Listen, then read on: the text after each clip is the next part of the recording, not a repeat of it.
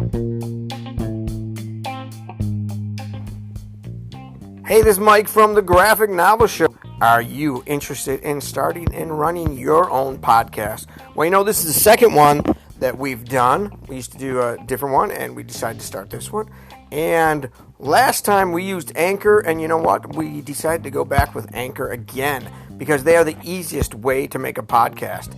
They give you everything you need in one place for free. You can do it right from your phone or on your computer. Anchor gives you creation tools that allow you to record and edit your podcast so it sounds great. You can do that right from your phone. That's quite amazing. They'll also distribute your podcast for you so it can be heard everywhere, like Spotify, Apple Podcasts, Google Podcasts, and many more. You can easily make money from your podcast with no minimum listenership. Now, what you need to do is go download the Anchor app or go to anchor.fm to get started.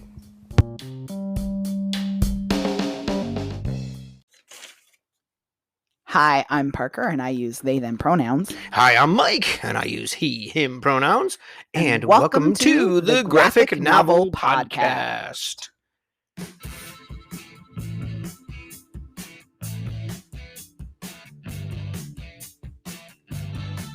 Welcome to our show this week, the show where we discuss graphic novels, zines, and other comics. Throw in a bit of real life along the way. Sometimes we're talking about queer issues. Sometimes we talk about race issues, death, relationships. We're all over the place. We are, and we have a new episode every single Friday. If you like the show, please go to Apple Podcasts and give us 5 stars. If you can leave us a review, that would be great on there, or Spotify, or YouTube, or any one of those places. You should subscribe to this podcast on whatever your medium is, and make sure that you subscribe, because as soon as our podcast goes live every week, it's going to be in your feed waiting for you to play it. Most importantly, though, share our podcast with your friends. That's the best way to help us grow. You can interact with us on Twitter, Facebook, and Insta. If you want to visit us at anchor.fm/graphic novel podcast, you can leave us a voice message and we'll play it on the air, as long as you're not calling us bad names. Maybe we will. Maybe we will, and just talk about you afterwards. Because you can call us bad names, and then we get to defend ourselves. Exactly, and you don't get to say anything else. Exactly. All right, so you said whatever medium, so now there's a medium here. Well, there's a medium. You know, like YouTube is a different medium. I guess it's all on the internet, so maybe it's not a different medium. Do we need a medium here to take care of us? Do you believe in mediums? I don't believe in any of it. I think some of the stuff, like I like that show, The Medium. It was good. What show was that? The Medium with. Was that Patricia Arquette? Yes, okay. I liked it. I like Patricia Arquette. Yeah, yeah. I like that she's like, she looks like a normal person. She's not like super glamorous. What does a normal person look like? A normal person, like she's not a super glamorous actor. You know what I mean? Like a George Clooney or something. You know? Oh, I see. She doesn't look like a man, I guess. That's not what I meant, but hopefully somebody. Well, men aren't normal, so no, they're not. For fucking sure. Anyhow, thanks for listening again this week. Episode 51. Wait, 51? Yes, last week was 50. Did we even talk about the fact that was 50? We did. It was our first interview with Ryan Estrada. Yeah. And it was episode 50. But did we talk about being episode 50 Yes, on the we did. We We did mention it. I mean, we didn't make a big deal out of it. I didn't have any fanfare to play or anything. Why did I not? I don't even remember talking about it. Yeah, it was. We just passed it by. Oh my God. We had this big, I had it on the calendar, all stars all around it. And now we are here at 51. Yeah, that's right. All right. I was too nervous about the interview. Yeah, I know. And I think the interview was great. Ryan was great. I mean, there was a couple tiny glitches, but he was talking to us from Korea at 8 o'clock in the morning. Yeah. 8 o'clock his time, and 4 o'clock our time. Yeah, it was 4 o'clock. I mean, it was 4 p.m. our time. So yeah, it was. He was in the next day already. He was in the next day. Ooh, very trippy. Weird. But yeah, I thought it was a great interview. He was really nice, and very nice. His books are great. Yes. So yeah, definitely check out that. That was episode number 50, the Ryan Estrada episode. But yeah, this week we've got a great book this week too. Another anthology. We hadn't done any anthologies, and now we've done several of them, and we have a couple more coming up in the next few months that just they this was one of these books that I bought when people were saying if you want to help Black creators, this is one of the ways. Buy their books. So I bought this. Yep. And this is one of the ways we could do it. This is Elements Earth, right? Yep. Yeah. So all creators of color, right? I think that's what it says. That is correct. Yeah. So that is why I got it. It's a big, thick book, and it was a good book, full color, and not full. Oh, not full color. It's green and black and white. Oh yeah. Okay. It's very cool. Yes. Well, it's one color, two colors, I guess. The white is already there. Is that technically? I mean, gray and the black would already be there. See, to me, full color means. Yes, I know what you mean, like 4 colors. But is it full color if it has any color other than? It has colors. So I'm sure there's some kind of. There is a difference, and I think cost wise, like when you have stuff printed, it's a difference too, like 1 color versus 4 color. Okay. So I'm sure that has something to do with it. But it's a good book, and we'll talk about that in a little while. We went on our first family camping trip ever, and we all survived that. And you never know if you're gonna survive the camping trip. Yes, of course, because you were finding bear things and sending that to me. And oh my god! Okay, so I found one thing that said "Watch out for bears" and make sure that you lock up your food at night. And so we did, and we were fine. Were we? Were we though? Yeah, we didn't have any bears, but there was a dead bird near our campsite that disappeared. The kids went back looking for it, and they're like, "It's gone! It's gone!" Yeah, that was weird. Was it? It was. They're like, "Oh, maybe the park ranger got no." The park ranger walked through our campground in the middle of the night. Bird, found the little dead robin or whatever, and picked it up. No, somebody else found it and ate it. But anyhow, that's okay. It's nature. Yeah, exactly. All right. I'm pretty sure we told them that too. Probably. Because, me and my honesty. Exactly. All right. Okay. Got a few news stories this week. So if you go to blog.feedspot.com, you can find some lists. And this particular list has graphic novel podcast. Well, it's actually /graphic_novel_podcasts. And our show, the Graphic Novel Podcast, which is aptly named, is in their top 10. Actually, we're number 4. I don't know how we came up to number 4. I don't know what it has to do with. Oh, are you kidding? It's because we're fabulous. Oh, it probably is because we're fabulous. We certainly didn't pay for the spot. No, we didn't. But we're in there, which is pretty cool. And 1 episode a week. It's got, does it have our latest? No, it doesn't mention that. But they do send out an email too, like if you subscribe. And I get emails when the other shows in the top 10 there come out. So that's cool. Let's see. What else? Let's toot our own horn a little bit more. Toot, toot. Let's see. So Donna Bray at HarperCollins Balzer, and Bray. Oh, and Donna Bray, I guess that's her, huh? Has acquired at auction world English rights to the debut YA graphic novel, The Wuhan I Know, plus a second graphic work by Laura Gao. Based on the Twitter story that went viral, the first book is about growing up in 2 worlds, Texas and Wuhan, struggles with identity and prejudice underscored by the pandemic. The second graphic work is about a queer girl's many loves. Publication for the first book is planned for next summer, 2021.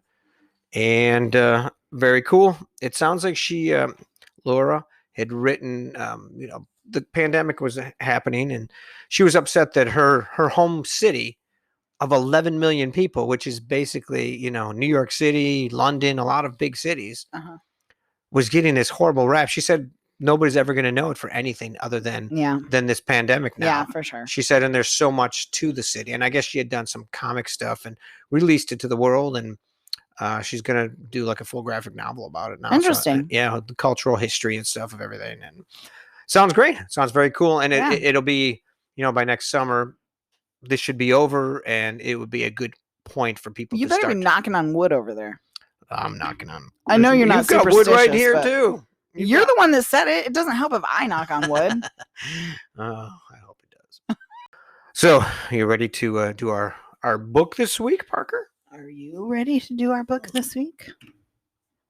I'll let you know. There we go. I guess I wasn't. That's okay. This week, we read Elements Earth, edited by Tanika Stotts. Come grow with us as we sow the seeds of our imaginations and watch them blossom into beautiful stories. We are the main character of our worlds, and we control our own narratives. Travel through a scorching desert, listen to the voices of the past, and follow the tracks that guide you home. These are our stories and more in Elements Earth, an anthology by creators of color, featuring 20 all-ages stories by 25 amazing contributors from across the globe. Elements Earth is a showcase for voices that might otherwise go unheard. We're telling our stories how they're meant to be told, so sit back and enjoy. All right, and Tanika Stotts is a queer little tumbleweed that rolled back into the warm embrace of Los Angeles. After spending many years as a spoken word artist, writer, editor, and comic book publisher, Tanika's focus shifted to TV animation, yet another medium full of collaboration and imagination. She's currently a staff writer on My Little Pony Pony Life. Past writing credits include Steven Universe Future and Craig of the Creek. She worked as an editor and publisher for the 2015 Lambda Literary Award winner Beyond, the queer sci-fi and fantasy comic anthology, and the 2017 Ignatz winner for Outstanding Anthology, 2018 silver medalist at the Independent Publisher Book Awards, and 2018 Eisner winner for Best Anthology for Elements Fire, a comic anthology by creators of color. The second installment was released in spring of this year, which is Elements Earth. And she's been Eisner nominated, and She won the Eisner. For another thing, she was For Eisner Fire. nominated for Deja Brew. Oh. Yeah, she's got a lot of... She also has an Ignatz Award, too. She does have that? Yeah. She won an Ignatz Award. Oh, yeah, the 2017 for Outstanding Anthology. Yeah. So... Awesome stuff. Do we want to... Do you want to list the contributors? Do you want to... the book. Why don't we go through all of them? We'll give you all the contributors here. Oh, geez. I don't know if we should. No, I think we should. Okay. After reading what happened at the Hugo Awards, where George R.R. Martin read or said the creators' names incorrectly after being given all of the correct pronunciations, and then rumor is that when they asked him to fix it, he said no. All these people were just fucked by this rich white douchebag by saying their names wrong. People that didn't win, people that won, everybody. I'll say everybody's name. If I say it incorrectly, I apologize up front. At least I don't know how to say some of these, so I plead ignorance for that. He's just a jerk. So we've got Tanika Stotts. Why do we do that every time? I don't know. Tanika Stotts.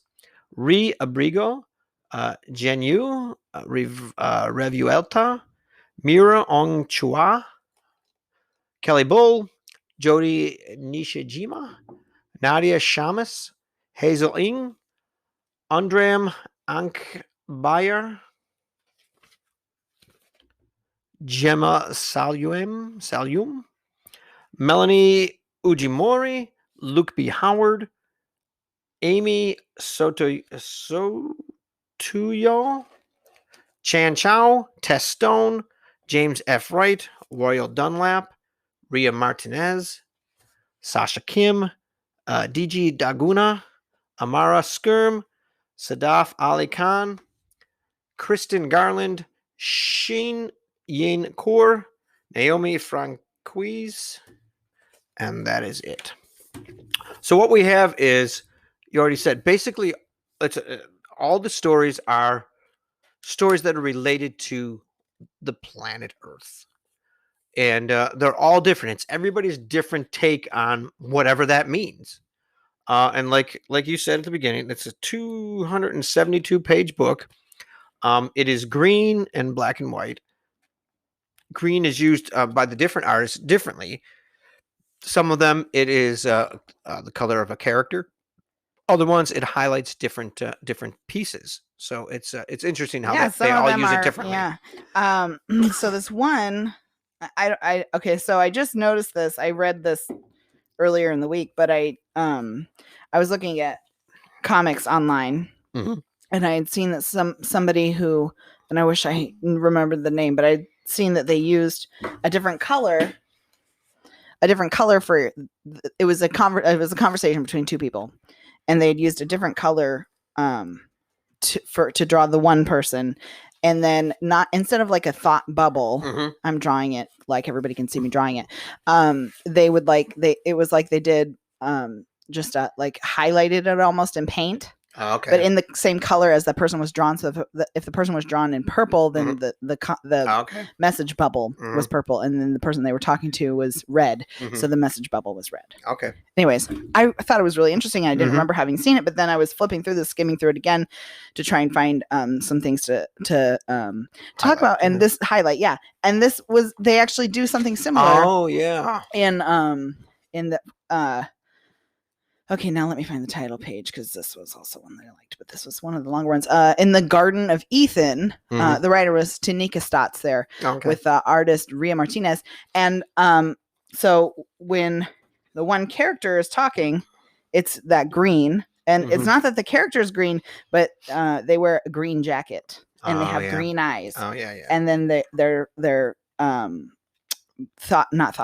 speech bubble is also in green, and then the person they're talking to it's in black. Oh, I just thought too, which probably makes sense.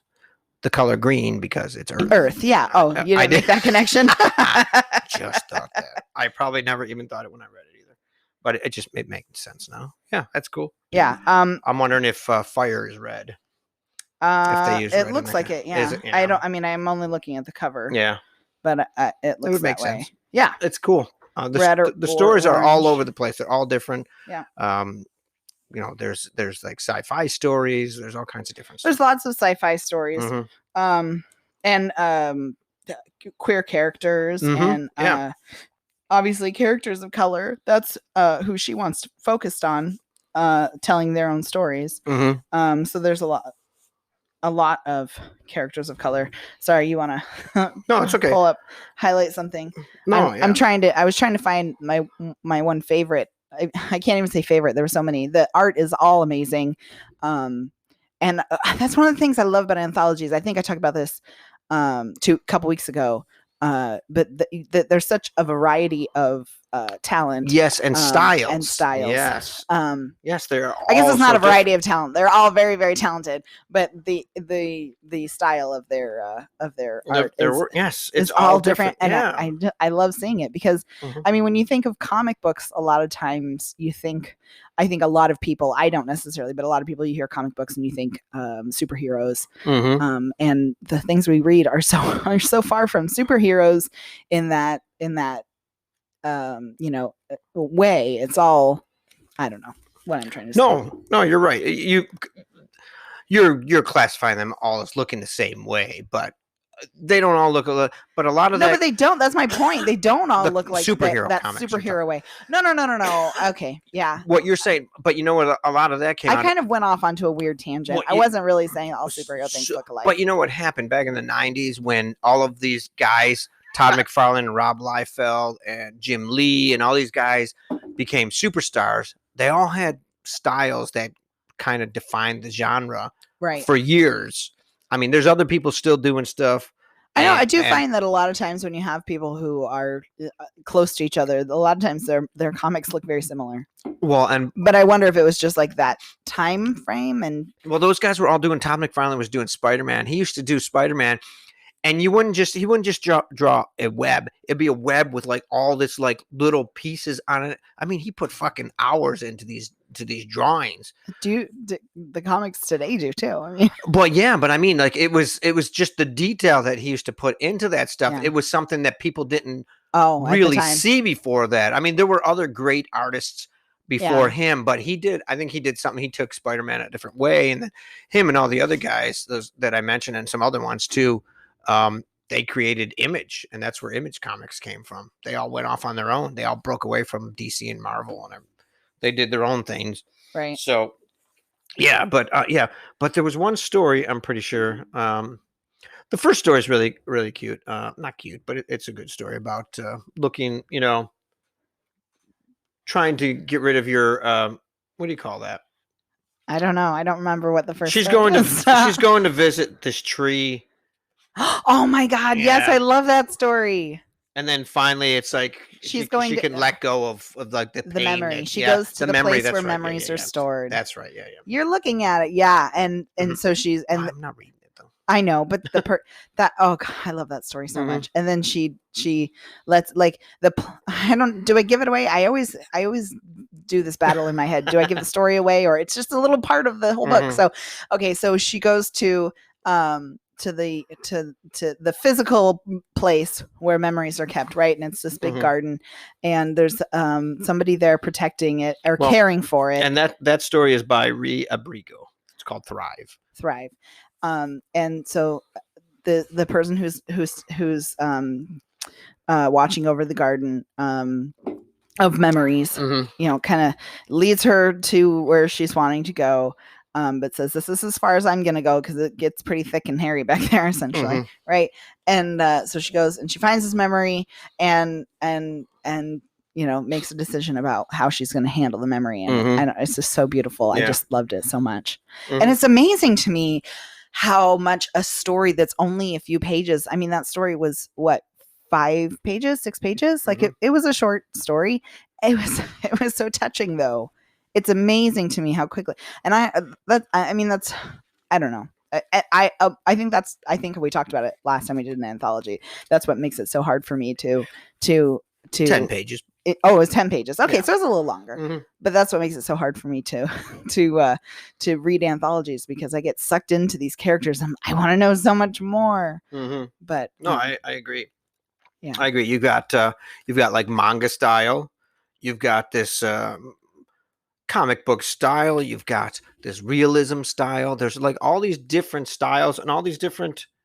The one here too. The one about how. This one where it's called Anchor by Mira Ong Chua, where the girl becomes. Sorry, nope. Keep talking.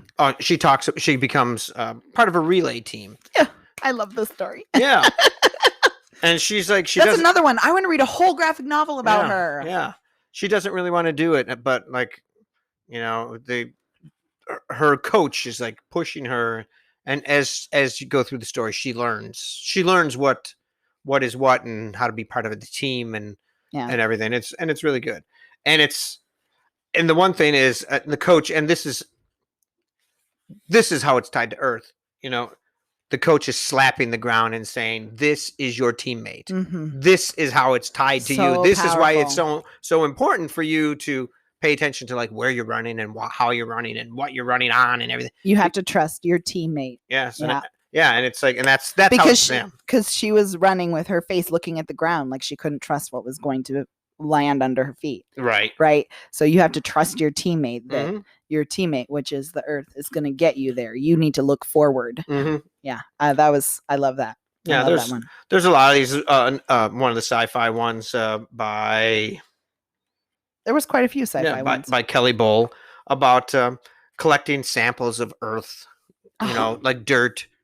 And then you find out that, that she's living in space and she just wanted a piece of home with her. Yep. But there's so many of these. Why don't you take a look? Did you have a favorite? I guess I should ask. I don't know if I had a favorite. I did like,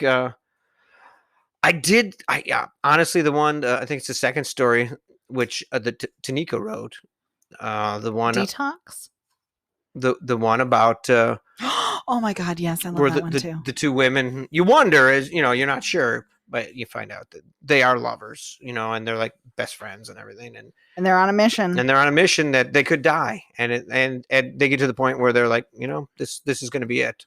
Man. Serum levels 10%, and we only have enough to get there. Yep, and that's it. We're not going back. So they yank off their helmets, and the air is good, and we can live here. Let's start over. Oh my God. Yes, that one. Yeah, that was a real good story. They all are so good. I didn't turn a page on any of them and say, I No. didn't. I loved each and every story. And so many of them. I wonder with these, I mean, we didn't look up any of the creators, which I mean, there's 25 creators. It's so hard, but I wonder how many of them come out of this with, book deals to do full graphic novels, because almost all these characters I would read full graphic novels about. I want to know their stories. I want to know, everything about them. I understand. Hope. But also, maybe they're not interested in doing that, which is also completely valid and cool. Yeah. Yeah. So what else you got? Well, I'm trying to find the one that I really, really liked, but I'm not going to find it because I really, really liked all of them. But there was this one about... Oh, here it is. Okay, let me find the title here. Oh my God, so many details too. Parts of Us by Chan Chow. I loved this story. Which one?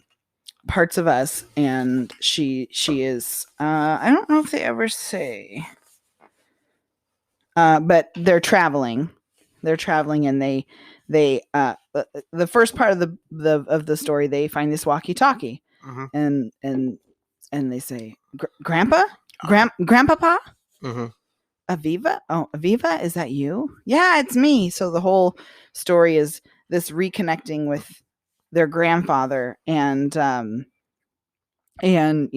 about the travels, and the memories, right. And then in the end, you the memories, find out that she's been or they've been avoiding this place, that they're finally there, and they've been avoiding it because they couldn't handle the memories. And that was just really powerful and painful. And yeah, I love that. I love that story. I think that was my favorite. If I turn the pages anymore, I'm gonna find another one that I also want to call my favorite. So it was hard. It was a hard choice to make, but no, I agree. But like the one that the detox, was that the one?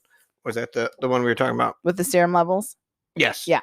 I mean, you think about that. I mean, there's people that have already paid to take one-way trips to Mars. Yeah. And oh, definitely. And that's if they make it, which you hope that they make it when they get all of this stuff, to the point that's what it's going to be like. They're going to have to. I'm guessing what they're going to have to do is they're going to have to send dozens of ships there before them. That's going to bring supplies and probably robots that are going to have to assemble things before they even get there. Yeah, I would think. And then, then they're going to send these people there that know that they're never going to see anybody other than who they're with the rest of their life. And then you think about all these shows that, Lost in Space. These were people that were on a spaceship, lost in space, and it was a family. But that was it. Did you watch that? Oh yeah. Did I watch that? You may have watched. We probably both watched it in reruns, but really, yeah, it was on a long time. That does not sound familiar. Yeah, Will Robinson, danger. They had a robot that was pretty cool. Wait, it's an old show? Oh yeah, from the 60s. Did they do a remake of it or something? I think they did. Okay, I think they did. I think I may have seen an episode of the remake. I definitely did not watch. No, but you think about that, a whole family. They're going out to explore and they get lost, and yeah, and that's it. It's the rest of your life. I don't think they ever talk. Can you imagine putting your children in that kind of danger? So I can probably I can't personally imagine taking off with the whole family and getting on a ship and going on a trip like that, but fiction for a reason. Yes, but there are people that would do that. I'm sure they would take, you bring your kids up in this environment, and that's what they know. That's true. And this is all they know. They're brought up into this. There's people that put their kids on motorcycles. So yeah, and and then you go. Yes, people do all kinds of stuff. So why not? If that's your life and you have the opportunity to explore space, why wouldn't people do that? I don't know. Maybe I'm just overprotective. Definitely. That's definitely. Thank you. We both are. But there's a lot of cool stories. that they're fun to read. And they all have this, this tie to Earth, and it's very cool. What else you want to read? You want to check out something else? I wanted to read what Tanika Stotts had said in her In the intro? Eisner Oh, speech. okay. You should read it then. This Anytime. was. Anytime. Are you sure? Yeah, go ahead. Are you ready for me now? Yeah, go ahead. I've been ready. Are you sure? Oh, anytime. Do you want me to do it now? Maybe in a little bit. Okay, we'll just wait. All right, so this is her acceptance speech from the Eisner Award in 2018 for Elements Fire, and the Eisner Award was best anthology. Oh, okay, we already said that. Yeah. Okay, I've been trying to write a speech in the actuality that we won. And well, here I am with an invocation. Tonight, I summon my personal demons, my insecurities, and tell them to bear witness to this moment. Here, I hold this award in honor of 32 creators of color who believed that our collection, they believed in our collection. I'll just butcher this to death anyway. Our collective power to tell stories where we are the main characters. Tonight, I hold this award in honor of the countless untold sacrifices by queer creators of color who aren't here to stand with me. I hold this award and I declare war on an antiquated mentality that tells us our voices and stories aren't profitable enough. We welcome you to reconsider, to come bear us offerings, only to receive our refusals. We are not waiting for you to catch up anymore. We are here. We have always been here, and we will do as you've always told us. We'll make it ourselves. Just don't be surprised by what comes next, because in this time of turmoil, we need diverse creators just as much as we need diverse books. Representation matters more than just in a fill bucket. Yeah, and that CG group that we won't mention their full name, they've been going full bore. They're a fucking hate group. They're anti diversity? Oh, anti-diversity. Oh, they're those ones that claim that snowflakes want diversity in comics, and they're like, fuck that. We don't need diversity in comics. We don't need diverse creators. We don't. I don't understand. They were pissed when Spider-Man Into the Spider-Verse came out with a black Spider-Man. They're pissed with that kind of shit. They don't like when women take over characters and make them differently or make them queer. They probably hate that Aqualad that we mentioned a few weeks ago. The YA book where they make him queer. What's sad to me is that there's still so much support for those people. But I don't know how much support you just stop buying their shit and then they shut the fuck up because nobody's supporting them anymore. Yeah, or do they not have support? Are they not? I mean, you were telling me about some pretty big names. Yes, there are some big names. More people came out this week, I think unintentionally, as part of it, and now they've been banned by a general population of people that are finding out about it. There's been stories about these clowns. I mean, they're just evil people. They dox people. They harass them. They troll them. I mean, they sound like the Proud Boys. I bet that Venn diagram overlaps quite a bit. Yes. There are a few people of color that are part of it, but there's always people that fit into those that shouldn't be in that group that that end up. Well, yeah, there's probably queer people that are part of it too. Who, I mean, it's that self-hatred thing. That's probably part of it. Yeah. I mean, it's like wait, I don't know. I shouldn't. Yeah, probably shouldn't say. Okay. It's like the politician. Lady G. Yeah, there we go. Lady G, who, goes on and on about, or, votes over and over again for things that are against queer people's rights, and yet is queer, or maybe possibly that. What is the word that is always allegedly? Allegedly. Yeah. Allegedly. Yep. And I mean, this is where I struggle because I don't think anybody should be forced out of the closet. And I don't care if anybody uses sex workers. That's also not my issue. But when you work to take away my rights, I think that you need to be honest with who you are. It's tough when you're a politician. If you're a conservative Republican politician, you But can't. why are you if you're queer? Because you are voting against Yes. your own best interests. Yes, but you are all the way. But you also believe in gun rights. But can you imagine being 7? How old is he? Very old. It's got to be 70. Very much in toward the end of his career, and yet, nope, still gonna be closeted and work to take away the rights of all the people in the future. Well, but look at how many people have decided just not to deal with the douche in charge and have just quit. They haven't even bothered to rerun because they didn't even want to deal with him. Yeah. Deal with any of the issues. Right. I mean, this clown is still running for re-election this year. So oh really? He may lose. That's why that story came out. He may lose. So who knows? Is he close to losing? I don't know. I think it's rather close. I don't know if he's on the losing end of that, but yeah. So I mean, there's no reason why more of these. We've got another one, another book that we were on Kickstarter and we ordered. It's a gay book, gay comic, graphic novel.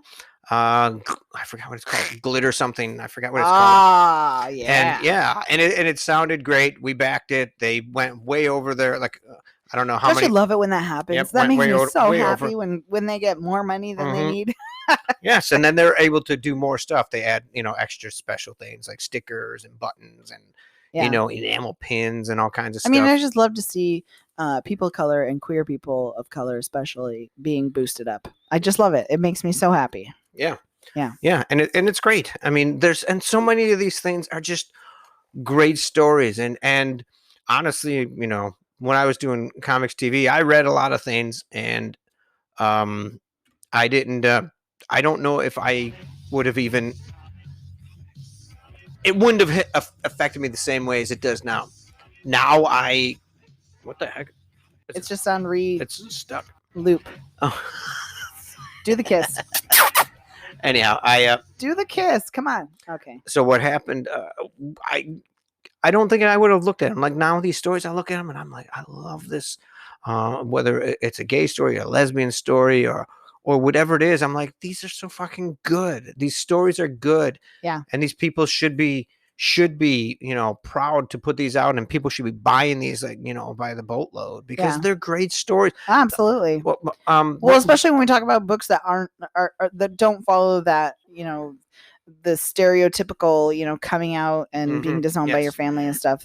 The stories that they're just a couple. It's not that they're a gay couple. It's just that they're a couple. Exactly. And I treasure those stories because and every queer story in this anthology was that way. It wasn't about the fact that they were queer. It was about the fact that they were two people in love and they were on this mission together and they found this new world or it just, I don't know. It's amazing to me, and I love to support those stories because it's important to be out there, and especially for the next generation. I think too, because that there's kids out there who want to tell their own stories, but don't see that representation and don't see it as something that they can accomplish. And when you see things like this, and you see the diverse creators.